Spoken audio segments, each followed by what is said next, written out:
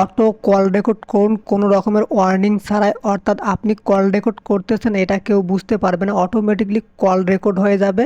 অপর প্রান্তে যে আছে সে কখনোই বুঝতে পারবে না যে আপনি তার কলটি রেকর্ড করতেছেন। আপনি যদি এই কাজটি করতে চান তাহলে আমার এই ভিডিওটা শেষ পর্যন্ত দেখুন। ভিডিওটি শুরু করার আগে একটাই রিকোয়েস্ট, প্লিজ সাবস্ক্রাইব করে অনেক অনেক বেশি শেয়ার করে দেবেন যাতে সবাই তাদের মোবাইলটার অটো রেকর্ড চালু করতে পারে। এটা করার জন্য প্রথমে আপনি আপনার ফোনের যে ডায়াল প্যাড আছে এখানে চলে আসবেন। আসার পর ওপরে দেখেন থ্রি ডট নামে একটি অপশন পাবেন, আপনি এই থ্রি ডটের উপর একটা ক্লিক করে দেবেন। দেন নিচে দেখেন যে সেটিংস নামে একটি অপশন আছে, এখানে আপনি ক্লিক করবেন।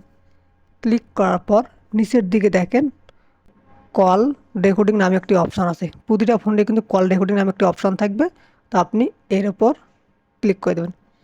ক্লিক করে দেওয়ার পর এখানে দেখেন লেখা আছে automatic call record, unknown number অথবা সব নাম্বারে অটোমেটিকলি কল রেকর্ড হয়ে যাবে। কিন্তু এটা দিলে কিন্তু আপনাকে অ্যানাউন্সমেন্ট করবে যে আপনার কলটি রেকর্ড করা আছে, এই কথাটা কিন্তু বলবে।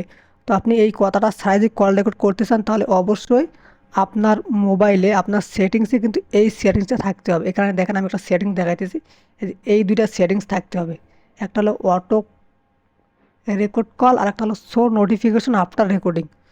তো আপনাকে অবশ্যই এই সেটিংসটা চালু করে দিতে হবে। আমি আবারও বলতেছি, এখানে দেখেন এই সেটিংসটা চালু করে দিতে হবে, এই সেটিংসটা চালু করে দিতে হবে। তাহলে কিন্তু অপর প্রান্ত থেকে বুঝতে পারবে না যে আপনার কলটি রেকর্ড করতেছে কিনা, বা এই ওয়ার্নিংটা দিবে না যে আপনার কলটি রেকর্ড করা হচ্ছে। আশা করি আপনি বুঝতে পারছেন। তবে আপনার ফোনে কিন্তু এই সেটিংসটা থাকতে হবে। যদি ভিডিওটি ভালো লেগে থাকে তাহলে আপনি সাবস্ক্রাইব করে অনেক বেশি শেয়ার করে দেবেন। ধন্যবাদ সবাইকে।